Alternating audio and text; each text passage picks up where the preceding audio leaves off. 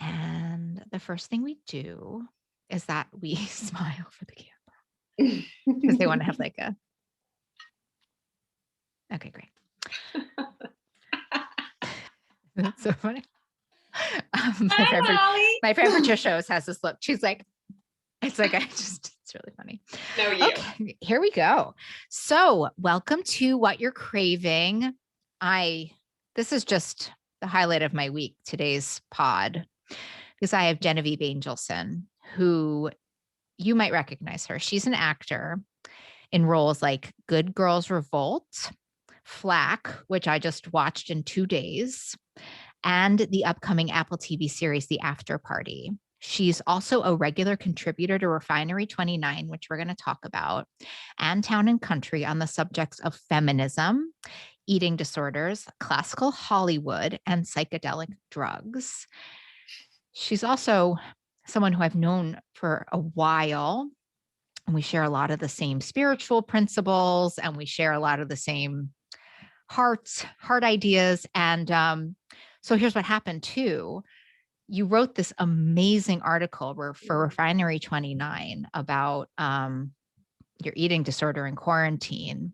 And then I was like, well, let's get her in the beginning of What You're Craving. So anyway, welcome, Genevieve. Hi, Molly. Hi. Wait, also Molly, author of the book Breaking Up with Sugar, which is such a gift. Listener, I am assuming, listener/reader, I'm assuming if you're listening / watching this, that you have read Molly's book.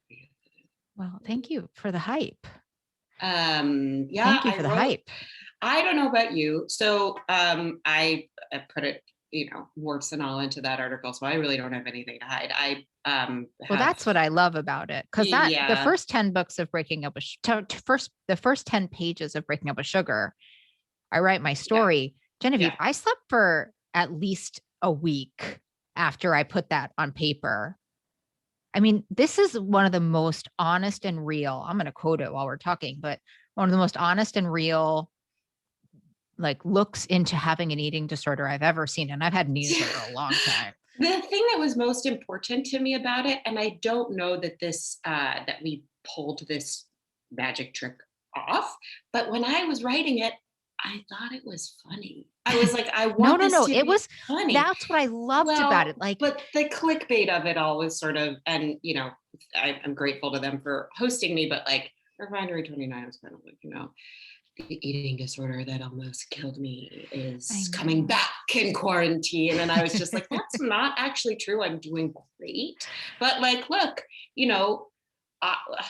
I try to fix, manage, and control the danger that I experience in the world by regulating my body and what I put in it, either by over or underdoing it, or by having it all and getting rid of it all or whatever. And all of a sudden we're in unprecedented history. And so I'm like, what the F are these lines at Trader Joe's? Get out of my way. God. Oh this is my house. I didn't invite you. And I was just like, shit, man, this is real. And then I realized oh my God, can you imagine? Can you imagine if I hadn't been in recovery? And so that's sort of what sent me back thinking to what it was like. Well, I also think, listen, I'm in long-term recovery too. And it's like, if you can't have a sense of humor about this life of yours and what happened, then it's just all dark. Well, have you ever been, and I'm asking this in a leading way because I happen to know you have, in a room full of anorexic people? They are the least humorous people on the planet. It's pretty restrictive. It's pretty restrictive. So I always try to get in the mix and just bang some pots and pans around and be what's so dumb? This irreverence. Irreverence is my superpower. I try to have it be my superpower because that's just and I think the other thing about it, and you and I have sat in rooms together telling stories. For me, the first time I sat in there, I was well, first of all, I thought everyone was going to find me out. But the other thing, I just had so much shame. And so I think when we're sitting in there and we start laughing about things I was going to kill someone online if they took the last box of chickpea pasta, and I'm only sort of kidding when I say that, well, it just starts to feel better for the healing. Molly is not directly quoted in this article that I wrote, but there are moments, pivotal moments of my life and my recovery that I can attribute so clearly to my relationship with you. And I have to tell you, this podcast is about what you're craving. And Molly Carmel was the first person who, we met when I was like sick, really sick. And I was showing you my food and I was like, okay, this is what I'm eating. And then when I'm really binging and purging, this is what I'm eating. And you were the first person who looked at my food and you were like, oh, you're hungry. Mm. I had always just thought like, oh, I'm damaged. Oh, I'm an addict, which, both of those things are true. But No, like the first one is not true. The second one is true. No, I mean, I have trauma. Well, we had some Yeah, trauma. but I don't mean trauma is not but, damage. yeah, sure. But like, Yes. and you were sort of the first person who was able to kind of show me to myself and be like, if you ate more, you wouldn't binge so much. And it was so pivotal for me because I was like, it's just not going to work for me because I just love to be underweight. But you were like, you basically taught me like, look, eating enough food is the medicine for bulimia. Like that's what it is. And if you don't want to be bulimic, you're just going to have to be nourished. And I was like, I remember that too. And I'm just a few feet ahead of you on the path. And I remember when I was at the nutritionist and she was like, so you're going to have like a yogurt and some nuts and some berries for breakfast. All of these, like, breakfast, like, was not even a concept. And I looked at her and I said, I'm here to lose weight, bitch. Like, why are you giving me all this food in the morning? What is happening? And she's like, do you want to know what's because I was really overweight at the time. And she was like, do you want to know what's keeping you overweight? The 20,000 calories you're eating at night. Like, start eating breakfast and see what happens. And it was like, once I started to nourish myself in a more appropriate way. I mean, I wish the story was that short like you, but tell us, like, no, I don't think my story is short because I think my story is ongoing. I mean, I'm still an absolute fucking animal. I mean, I'm just like total, it's like so one day at a time for me. It's always the thing that I'm like, I don't know, I really do think that body for me, body shape and size, that feels like the last line of resistance. It's like, I'll give you I'm a spiritual person and I'm like, I'll turn it over. I'll turn it all over. I'll turn over my life, my relationships, my money, my future, my career, but hands off my body. I don't trust you. Yeah. I don't know what that comes from, but there's lots of reasons. Why is such a crooked letter? Analysis paralysis. Why is such you know what I mean? Letter? It's so true, though. It's so true. But you know what I think about the thing I love so much about you, and I think this article, but I think your honesty is that I think there's so many people that think eating disorders, disordered eating, whatever, life is such like a perfect straight line. It's like, okay, well, now I don't do this thing anymore and now it's done. And I just, I know for myself, and I just treated thousands of people with this thing, and it just doesn't really roll like that. And so, I mean, for me, it's this humility of like, I talk to people who are super, I have a little bit of ADD, so forgive me that my mind jumps all over the place. I mean, this is maybe the best conversation of my life. I talk to people who are really in it right now, like really in the kind of, really in the prison, really in the prison of, I've relapsed with bulimia, or I'm whatever it is, and they've tried everything and they've, every kind of remedy modality, spiritual healing, whatever, and they're just in relapse and are in the thing and haven't been able to get out of it. And for me, it's sort of this guiding principle of like, what if this never changes? What if I always do this and I'm always like this, but I absolutely insist on having a great fucking life? Like, why do like this is this thing that's happening. Is there any way that I can hold deserving fun and joy, even though there's this behavior that I judge or this behavior that's not good for me, whatever it is, maybe it's smoking. Like But Genevieve, like, what are we craving? Like unconditional love and forgiveness? yeah, I think for Sure. me, like in thinking about this, I think it's just really always been belonging. Mhm. It's been belonging. I don't know if it's like a youngest child thing or whatever thing. I think it's a human thing, but I think that there are these that what I really crave is belonging, and that there are then all of these like terms and conditions that I have imposed on what it will take for me to be invited to the party. Mm. And I think shame is such an easy thing to associate with food and food behaviors and body shape and size. And so like I don't know, it just sort of always became this thing of like, I will be more loved at the party if I come in this package and if I don't have um, feelings.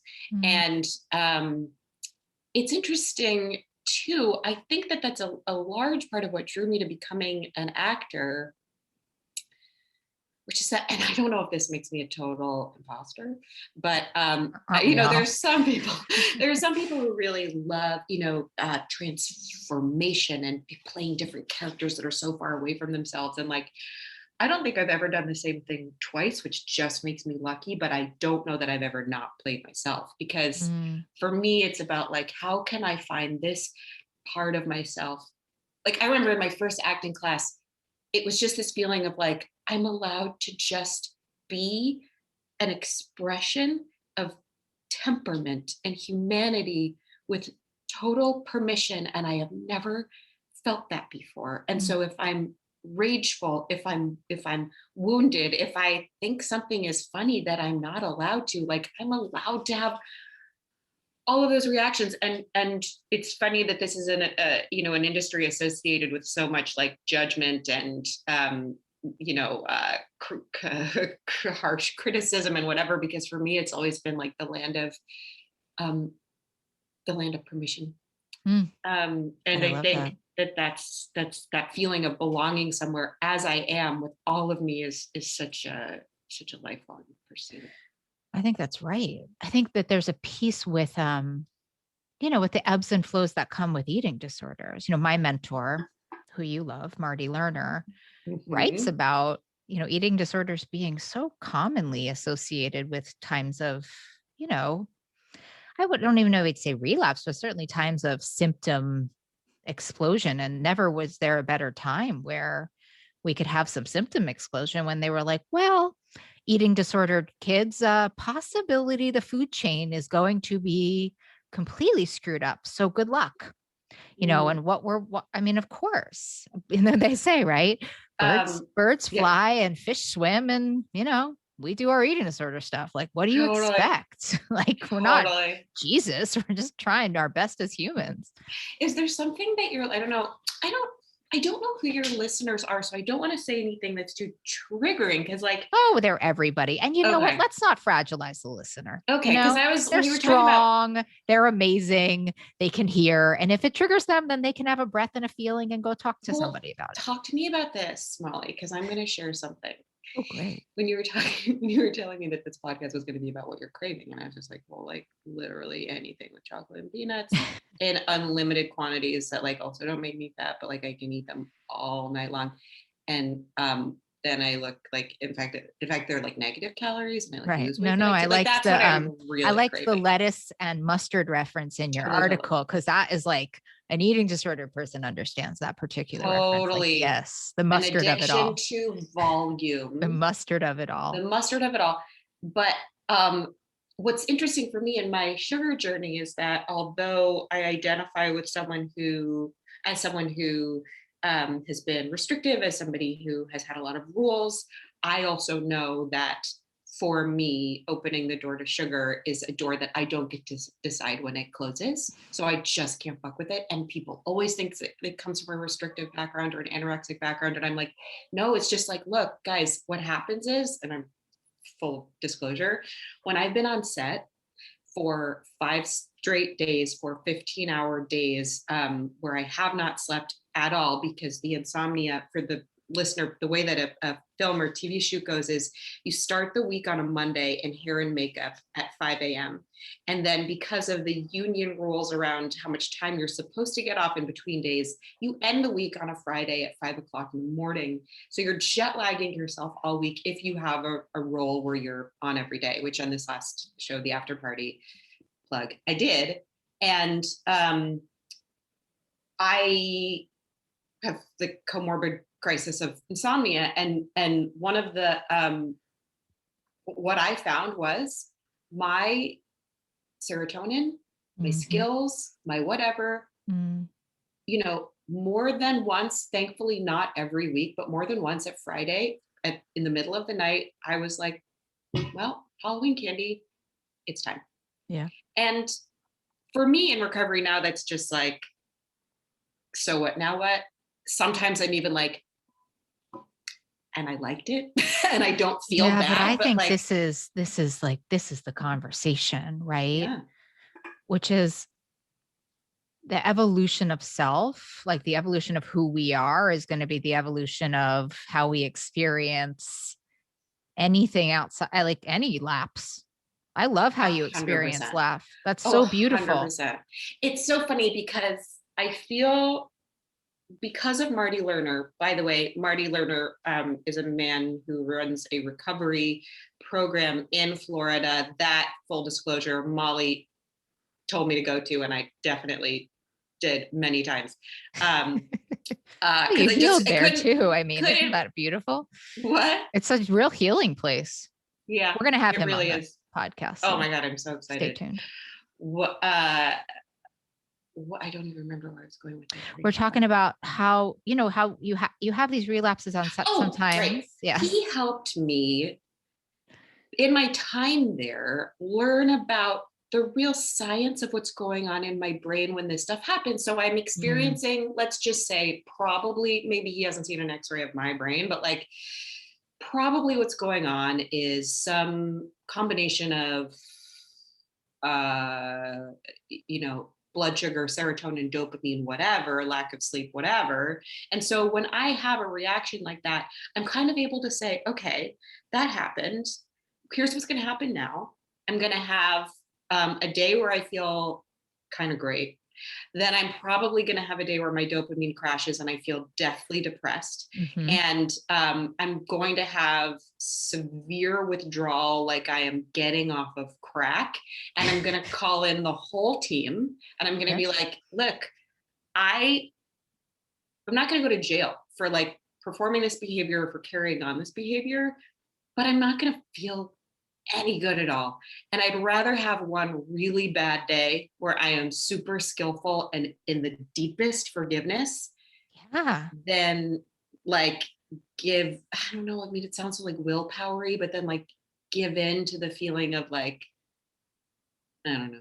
I think it's like enormous self-harm to be that vulnerable, have some kind of behavior that like, you know, you wouldn't want like the cameras following you on like, you know, this is Genevieve's best day. Like you wouldn't want them looking at you that day. You wouldn't want to see that there's literally mini Snickers in the pockets of my costume. Let me make it clear. That's a show I would be very interested in watching. Like I would a storyline that's like pay-per-view, like those people like those like fights. Like I'd actually like to watch such show, but like that's like a, you know, that's my stuff. But I feel very like validated watching that, to be honest, you know, because like it happens to all of us. It happens to all of us. We're also imperfect. Yeah. We're all running in this world where we think it's supposed to look perfect and it's just not. Well, here's the piece of the story that I left out, which is that I'm sorry. Yes. It's not just that I'm like,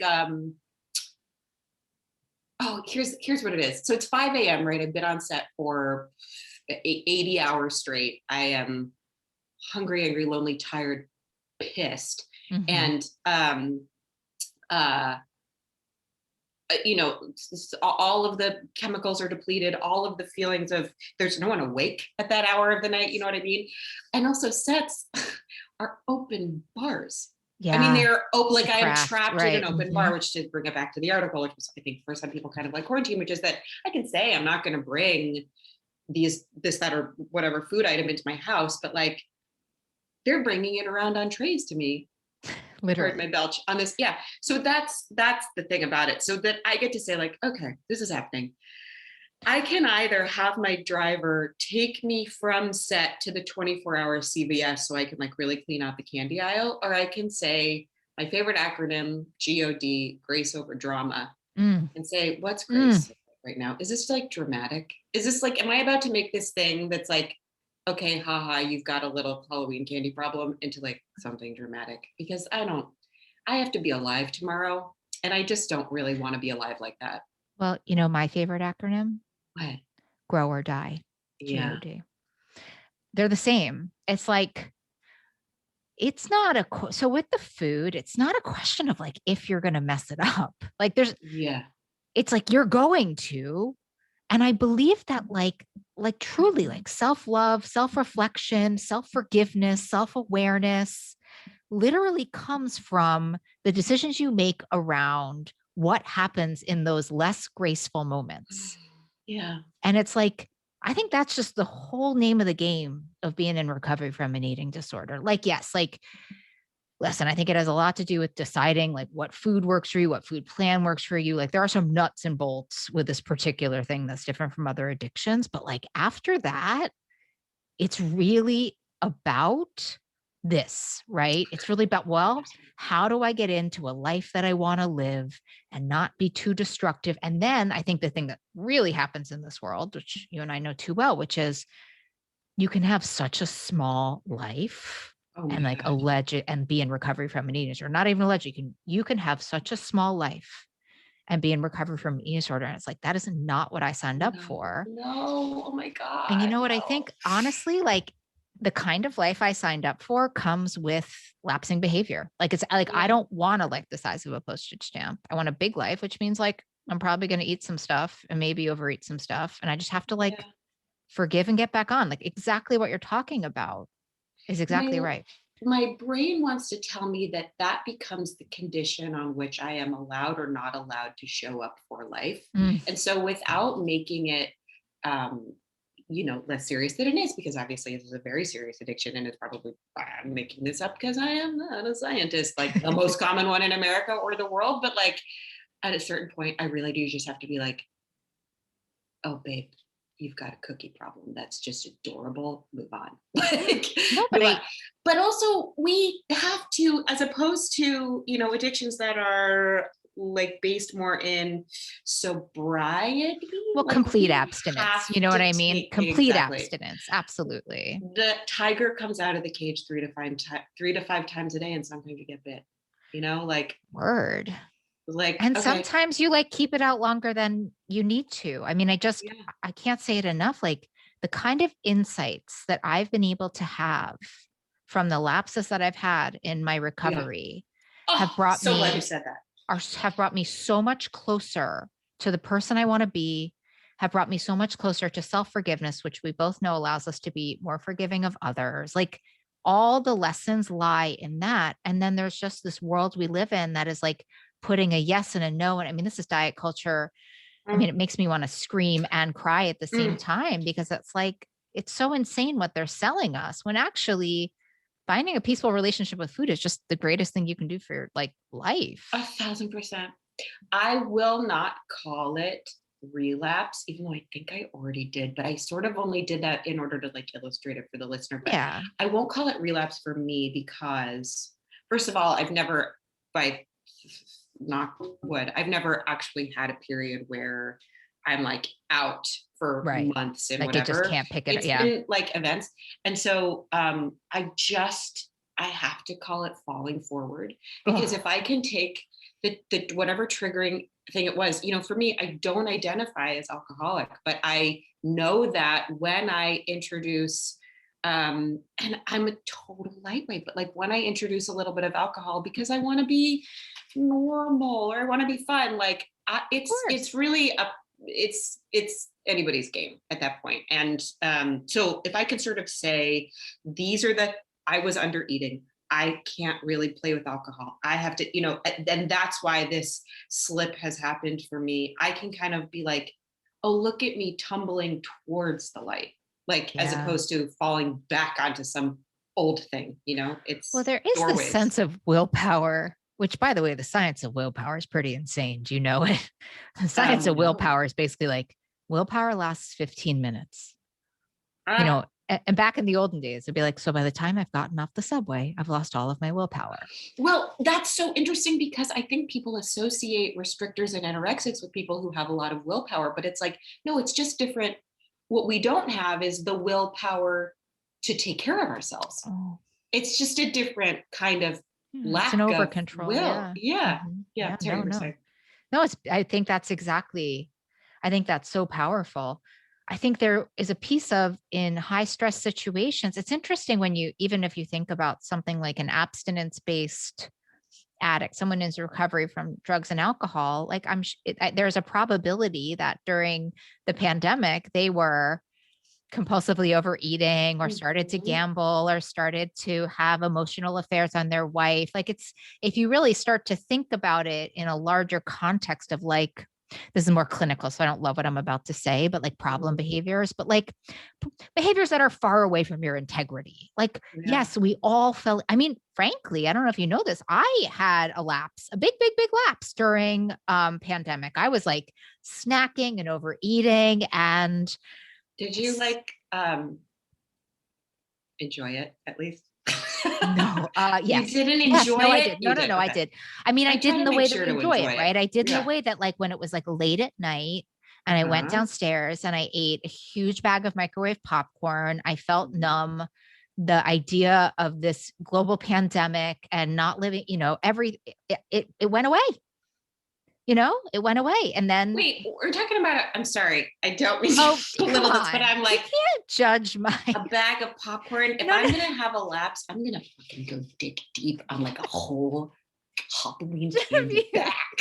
I'm not, I mean, back in the day, let me tell you, I'm a bunch of I years know. in, I'm a bunch of Now we're years about to in. And compete. Yeah. listen, I mean, I think 15 years ago, you and I could have really, Head to we just head. would We have would have locked been ourselves in an apartment together. we would have been those pit bulls you told me about that like when they are ready to fight, the jaw is locked and you cannot interrupt Oh them. my And we would God. have We wish would have been gone.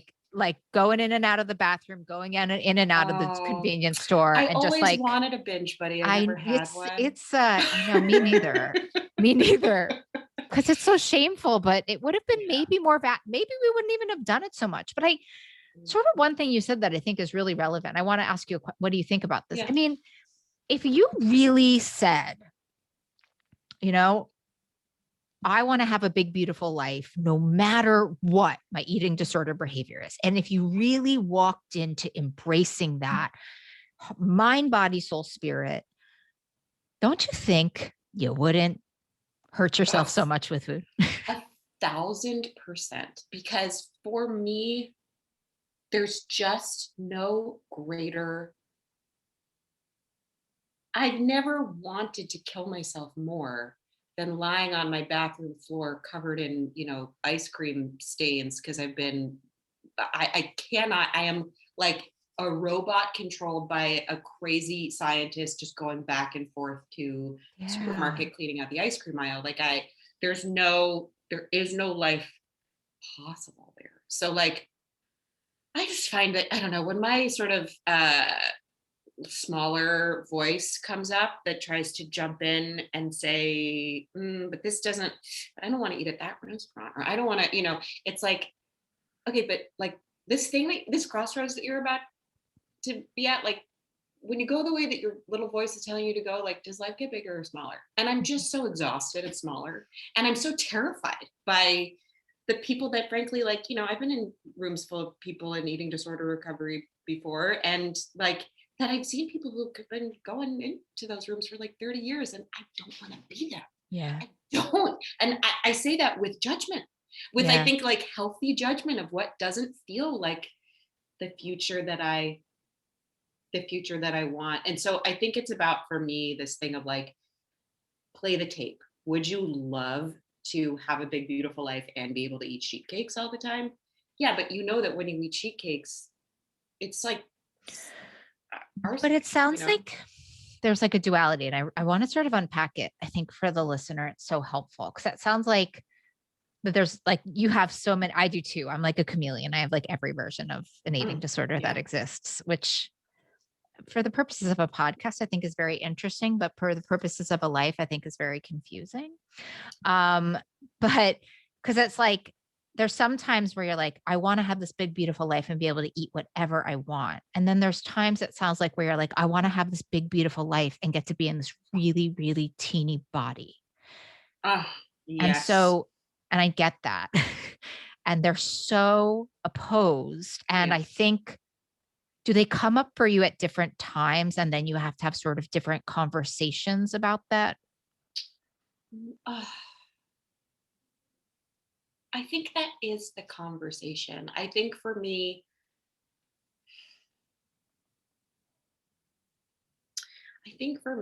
the unpacking comes from the fact that, I mean, I think I'm sort of repeating myself, but I have this background where I grew up acutely aware of the fact that my body was bigger than other bodies. Mostly, I think, because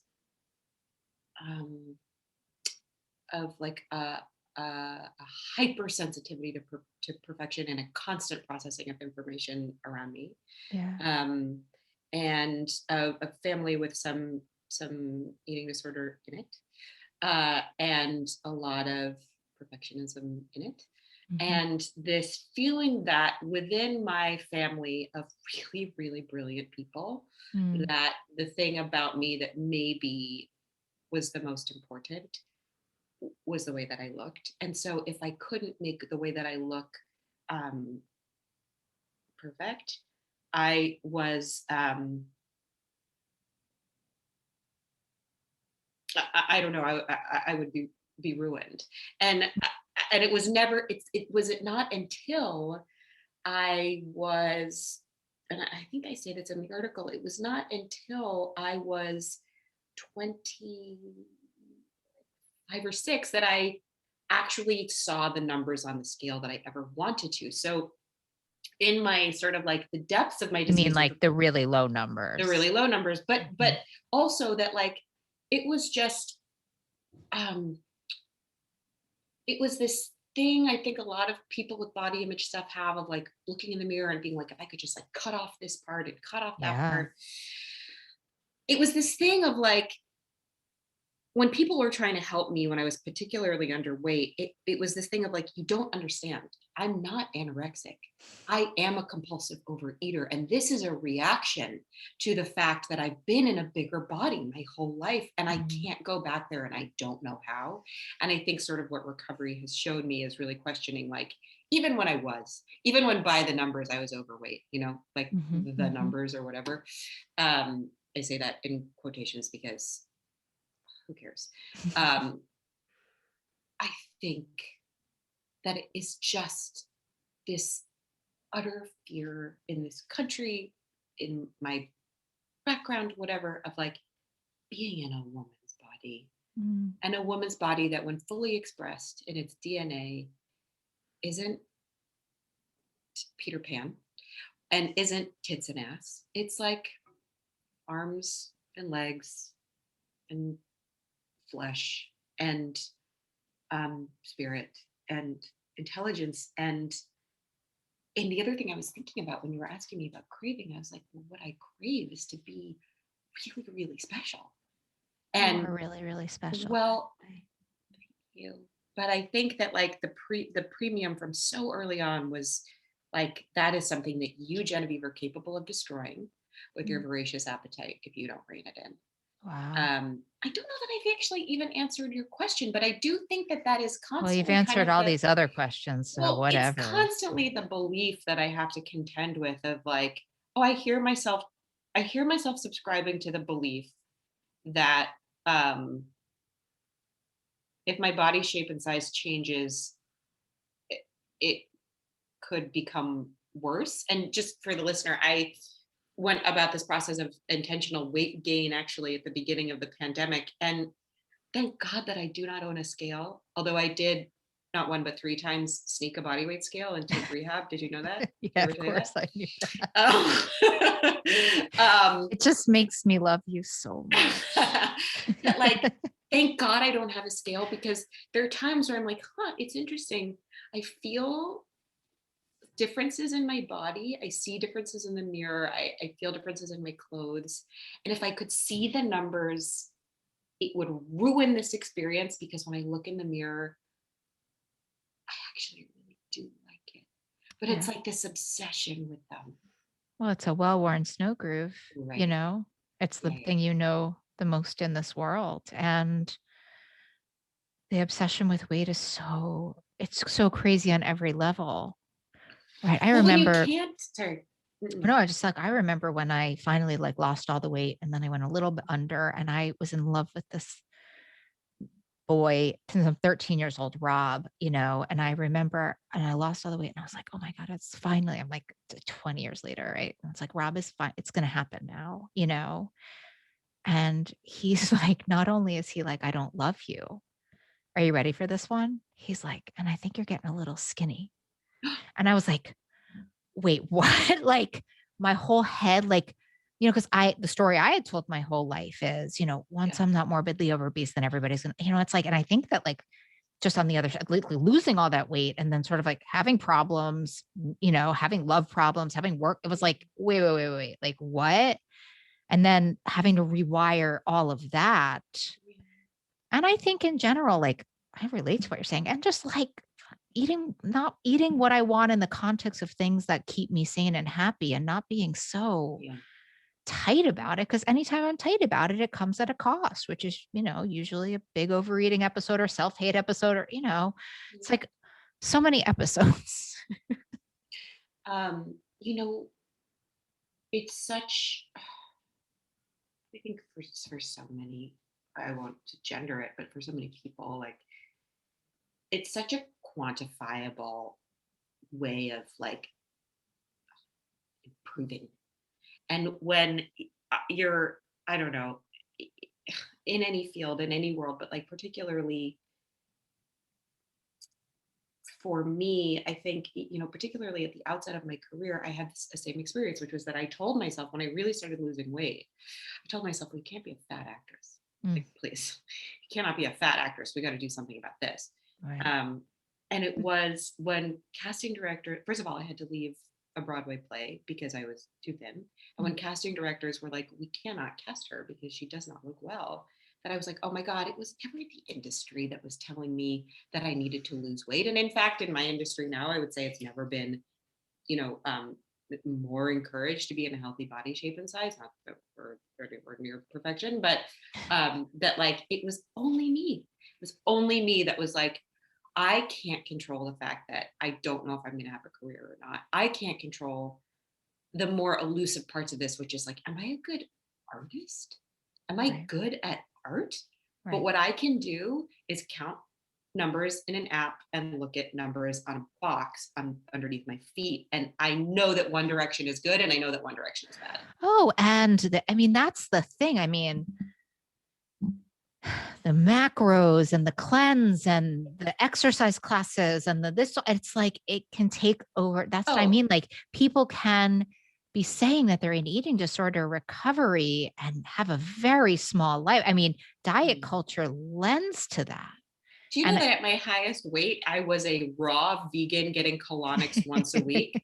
And I was like eating all of the guacamole in every Chipotle in New York City. And I was like, I don't understand. I'm a raw vegan. Why am I 30 pounds heavier than I I think was like when I that's started this? right. And it's like, so that's to me, like the real freedom is when you find, I call it, humble eating. Like you find Yeah, this I love humility, that. right? You find this humility and knowing what works and knowing what doesn't. And I think the other piece of it that I stand by, to be honest, I think 3/4 of the reason I wrote Breaking Up with Sugar was to write chapters about what to do when you don't want to do what like you're supposed to be doing. Cause all the data says is that self-determination is the only way we ever do this, which is finding it within yourself. And then I think you and I might be able to say in something bigger than you. Mm, What would you do if you didn't have spirituality with your eating disorder, Genevieve?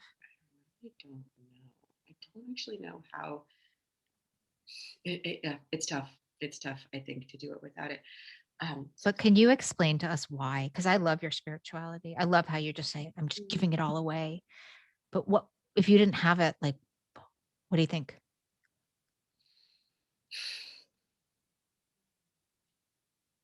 I think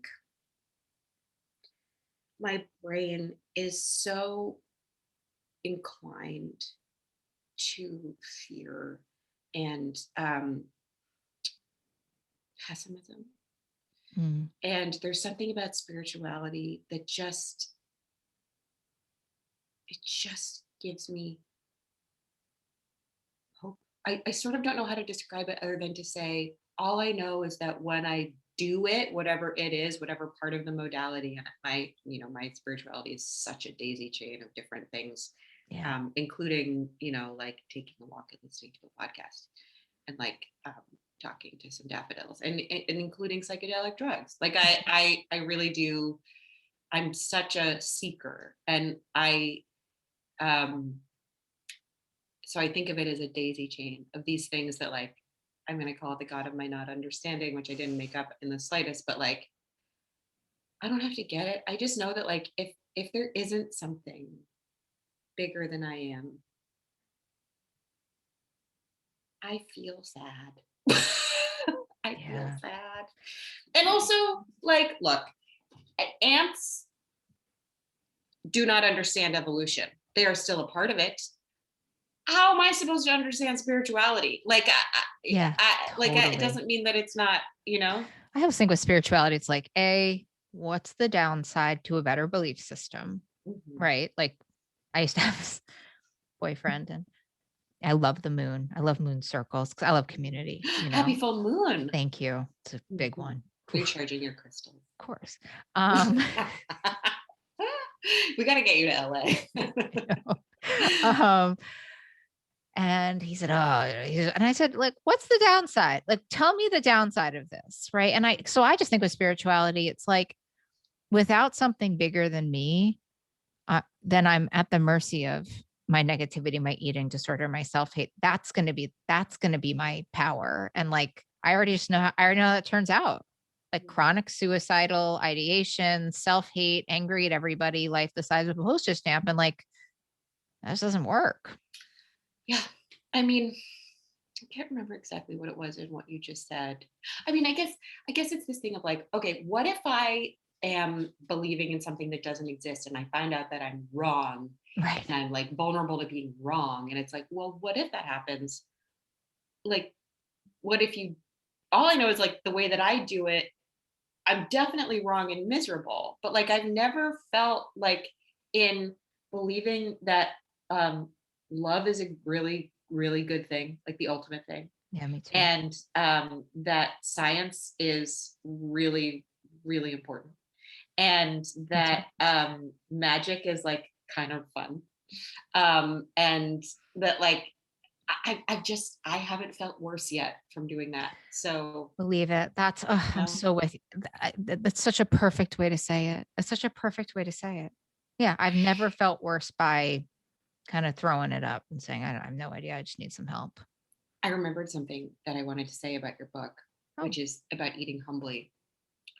I think, a couple hours ago when we started this podcast, I was talking about what I crave being that I want to like be really special.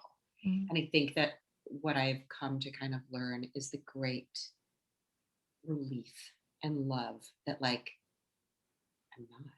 And I mm, don't have to be. It's like my body sort of needs more or less the same thing that like everyone else's body needs. I mean, I get it. We're all like special snowflakes, but like biodiversity, pretty right? much I don't, you know what I mean? Like pretty Yeah. much I just need to eat food Right. and enough. Hmm. And like the other thing about surrendering the craving to be really, really special is like I don't have to be, I don't have to work so hard. And Like you're the enough. love is like Right. right, the love is just like right there waiting. And in fact, in the pursuit of like extreme specialness, I just leave all the love behind. So, That is so powerful. In the pursuit of being special, I leave all the love behind because you're so hyper focused on being special, which makes you feel isolated. it's just so reasonable and unnecessary, the exercising, the Mm. like, the will Mhm. I want an Oscar, the all of it. It's just like, what if all we ever really have is, a Saturday at 3:12 Pacific time, whether you are, somebody with like the perfect body or like the most astonishing career. I mean, God, what I crave now is, I know some people who have won those awards, and they are real unhappy, which is Yeah. no surprise to anyone. But like, what I really crave now, especially in this pandemic, is like, God, I just want theater to open up again. Right. All I want to do is a play. I want to do great writing for the sake of doing it, not for the sake of how you and the audience think about me, because I live my life according to how you see me and my talent and my body, but like, because I'm the only one in my life. I am the only one in my life. And I feel connected to a power greater than me when I'm doing something artistic or service related or Mm. yeah. Yeah. That idea of belonging. I just was having this thought about my day to day, and it was incredibly stressful. And then What I was happened, just Molly? thinking, oh, it's just life got lifey as it goes. But it was more like, and I was just sitting here thinking about this time, like how I'm breathing differently sitting here talking to you and listening, and how like my heart feels full, and how like I'm not hungry and it's dinner time, and it's just like, Yeah. and how underestimated connection and authenticity Well, and vulnerability is in its realest form, which listen, like we're friends, right? It's like which I really have with you. And I think we're both really lucky. Like I have a list of people I could call and have conversations like this. It has been the bedrock of my survival, though, wouldn't you say, for you too, that we just have these yeah, people? yeah. I think one of the complicating factors of my little walk on this astral plane this time around has been the fact that, like, I think unfortunately I actually am an extrovert. I'm just frightened of people. And so, like, all of the food and eating behaviors are sort of just like this real tangible expression of that fear of people. And I even for a while convinced myself, like, well, you're just an introvert. That's why I like to stay home and eat alone Mhm. all the time. And that's not true. I just want to feel like I belong when I'm with you. Mm. And so finding a tribe, Yeah. and I'm sure that's a large part of what I think some people have done really, really well in quarantine, and the idea of quarantine being over is quite terrifying. And I really relate to that. And I think there's this other part of me that's like, this looked too much like the way life looked when I was sick. And I don't have Absolutely. to be responsible for that lifestyle after this is over, or Mm. I could be. Mm. And so, what do I want to let go of? Like, what do I want to let go of so that I can just, it's interesting. Like when I think about what do I want my life to look like in 30 years from now, I want to be laughing, garrulous in my backyard with a fire pit, a gorgeous house, obviously, a huge career, Wow. I'm clearly. coming Like, over. but like there are people around and Mhm. there's food, but I'm not obsessed with it. There's laughter, there's connection, I'm not obsessed with it. And that doesn't just like happen because it magically falls from the sky. It's like, what are the actions that I am taking today in order to set myself up to be there? Because I think for so long, it's like, well, I'll allow myself to be in a healthy body shape and size. I'll allow myself to have recovery like later when it's not so important to be Right. Perfect. Right. perfect right now. Perfect. Yeah. But it's like, no. It's so interesting.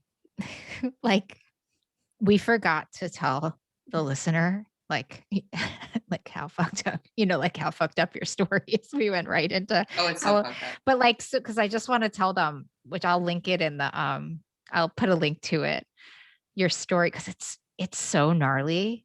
It's Like so gnarly. cause you're such I a miracle. Like you're Wait, just did I like, tell this in the article? I think I did. But I remember this one particular moment where I went to rehab for like a tune-up. Like I'd gone to rehab and then I went back for like a little tune-up because, I don't know, well, it cause it's was, amazing. And that's what people yeah. should do. And while I was there, Marty Lerner said to me,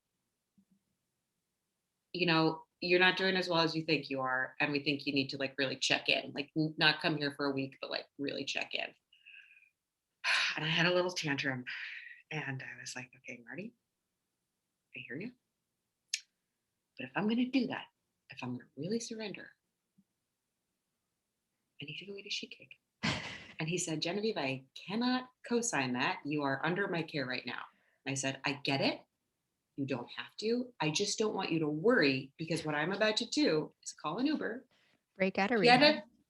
get a hotel, go to the supermarket, fill the room with Dunkin' Donuts and ice cream, and then literally like 6 bites into it, look at my life and realize like there's no difference between me and a person in a crack den. I'm in a den surrounded by my drug, which I think is essential to staying alive for me in this moment. Yeah. And then I called him and I was like, I guess I'm done with the sheet cake. The stories are so good. And I know so many of them, but I think it's so imperative. I mean, listen, it is an imperative for people to know because you're so beautiful. You're such a beautiful soul, exactly as you are.